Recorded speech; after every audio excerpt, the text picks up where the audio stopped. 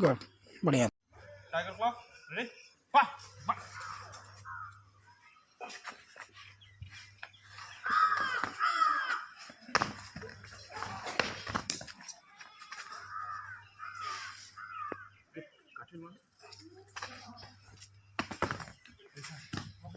Good.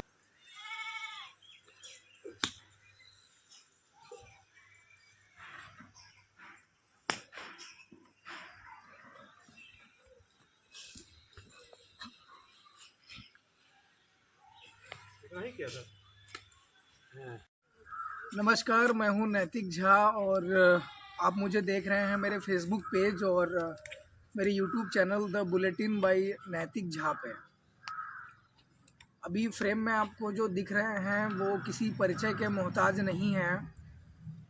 विगत माह में 26 दिसंबर, राइट सर? बिल्कुल बिल्कुल। 26 दिसंबर से लेकर 31 दिसंबर तक 5 दिनों का एनुअल स्पोर्ट्स मीट चला था विद्यास्थली मोरसंड में।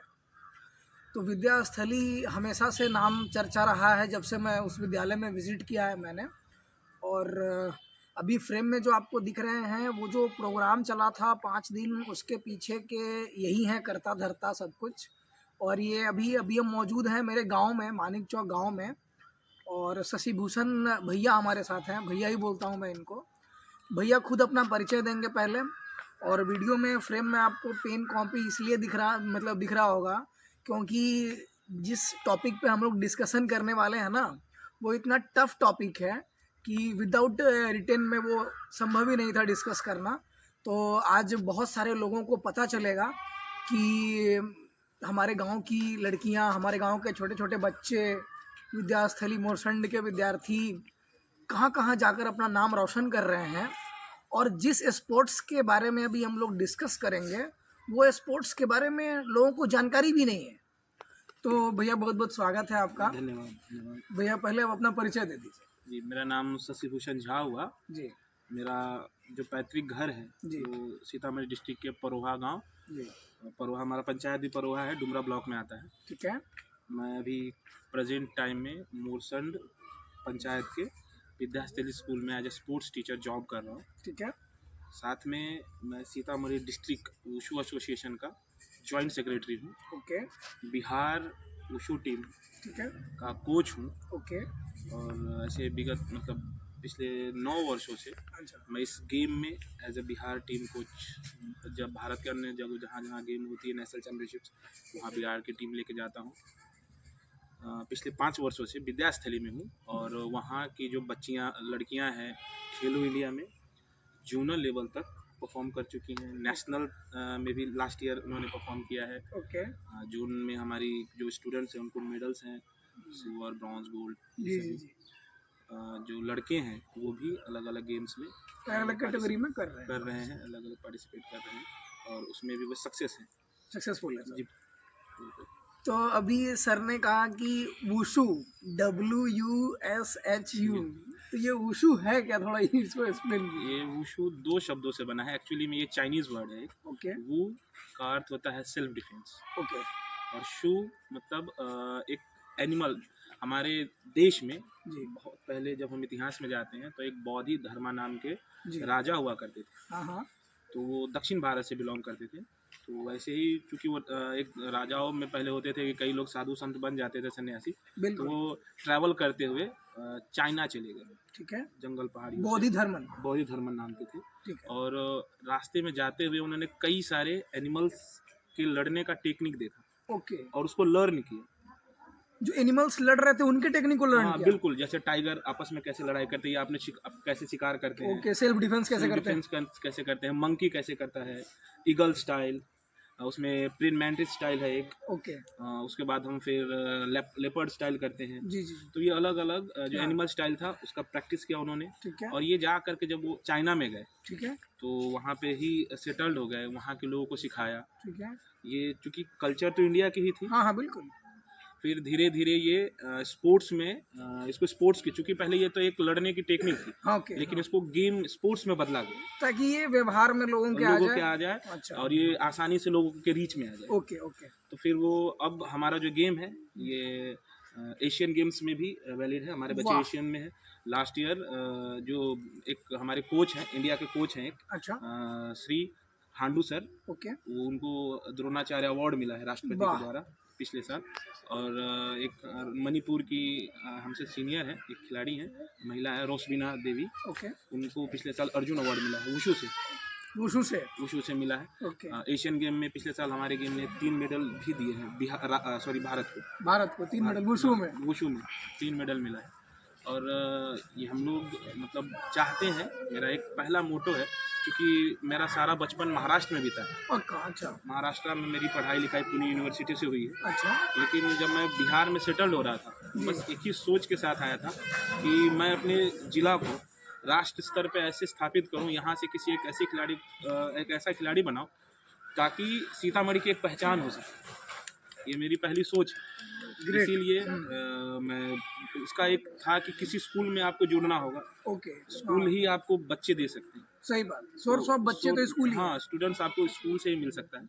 इसलिए मैंने स्कूल को ज्वाइन किया, वहाँ से फिर बच्चों को ट्रेन कर रहा हूँ। अभी मेरे पास जो सबसे कम उम्र की जो एक बच्ची है जी। वह लगभग 6 साल की, जिसको मैं ट्रेनिंग दे रहा हूँ। जो वुशु सीख रही है। बिल्कुल। और उसके पिताजी जो है वो स्पोर्ट्स डिपार्टमेंट में ही, स्पोर्ट्स कोटा से ही इंडियन आर्मी में है। और वो इंडिया के कैनोइंग एक गेम होता है बोटिंग का, जिसको ड्रैगन बोट अब कहा जाता है, तो उसके नेशनल कोच है। Oh my God. और वो खुद इंटरनेशनल प्लेयर है। उन्होंने अपने गेम में बच्चों को ना डाला और उनको ये पसंद आया सेल्फ डिफेंस, क्योंकि इसमें है कि बच्चियाँ जो आजकल हमारे देश में जो तरह तरह की उल्टी सीधी जो खबरें आती हैं न्यूज़पेपर में, तो बच्चों को सेल्फ डिफेंस आना चाहिए, खास करके लड़कियों को। तो उन्होंने अपनी लड़की को इसमें रखा है। अब वो ट्रेनिंग ले रही है। पिछले साल उन्होंने स्टेट में सिल्वर मेडल जीता था उस बच्ची ने। 21 किलो की है अभी, वेट उसका 21 किलो है। और उस 21 किलो में उसने परफॉर्म किया और उसे सिल्वर मेडल मिला। ग्रेट। तो सर को इंटरप्ट कर रहा हूँ बीच में, और मैं अपने आसान शब्दों में बता देता हूँ। वुशु एक सेल्फ डिफेंस का टेक्निक है जिसको बोधि धर्मन लेकर के आए थे। डेवलप हुआ चाइना में, लेकिन वो है तो इंडिया का ही। बिल्कुल बिल्कुल। तो इसको बच्चों में व्यवहार में कैसे लाया जाए, बच्चों तक कैसे पहुंचा जाए, तो इसको एज ए स्पोर्ट्स इंडल्ज कर लिया गया, जो एशियन गेम्स में भी हैं। और सर बता रहे थे कि अपने अपने क्षेत्र में लोग बच्चे ख्याति प्राप्त कर रहे हैं। तो सर इसमें आपको परेशानियां भी तो मिलती होंगी बच्चों के लिए, कैसे पहले बच्चों को मोटिवेट कैसे करते हैं? परेशानियां सबसे ज़्यादा सर मुझे पेरेंट्स का झेलना पड़ता है। हाँ राइट। क्योंकि बिहार में एक सोच है कि मेरा बच्चा पढ़ के नौकरी करेगा, पढ़ के नौकरी करेगा। अब उसके पीछे बच्चे पड़े हुए हैं कि आप पढ़िए पढ़िए, नहीं पढ़ रहा। हर एक बच्चे की एबिलिटी एजुकेशन में ही टॉप करने की नहीं होती है। राइट। वो कुछ बच्चे होते हैं जो फिजिकली बहुत स्ट्रांग है, मेंटली थोड़े से चैलेंज होते हैं। कुछ बच्चे हैं जो मेंटली बहुत स्ट्रांग है, फिजिकली चैलेंज होते हैं। राइट। तो आप बच्चों को परखिए कि वो फिजिकली जो, अगर स्पोर्ट्स कोटा में, क्योंकि देखिए आप अगर आप IAS ऑफिसर बनते हैं तो आप जितने डिस्ट्रिक्ट में आपका पोस्टिंग हो जाएगा वो डिस्ट्रिक्ट आपको पहचानेगी। जैसे कि हमारे डिस्ट्रिक्ट सीतामढ़ी के जो अभी DM है, मुझे नहीं लगता है कि सीतामढ़ी की जो आबादी है उसका 20% भी उनका नाम जानता हो। नहीं, बिल्कुल नहीं। लेकिन आप नीरज चोपड़ा का नाम लीजिए, एक एथलीट है, पूरा भारत का, पूरी दुनिया में जो भी ओलंपिक खेलने वाली जो देश है सभी उनको जानते हैं। राइट। तो आप स्पोर्ट्स के थ्रू अपना नाम अपने गांव को तो छोड़िए, देश छोड़िए, पूरे विश्व में कर सकते हैं। राइट। एक एथलीट के रूप में अपॉर्चुनिटी है। और साथ में आपको अगर पढ़ के जॉब लेना है उसके साथ बहुत सारी डिग्रियां चाहिए। अगर आप स्पोर्ट्स में हैं आप अपना पढ़ाई कंटिन्यू रख सकते हैं, क्योंकि एक सिलेबस का विषय है।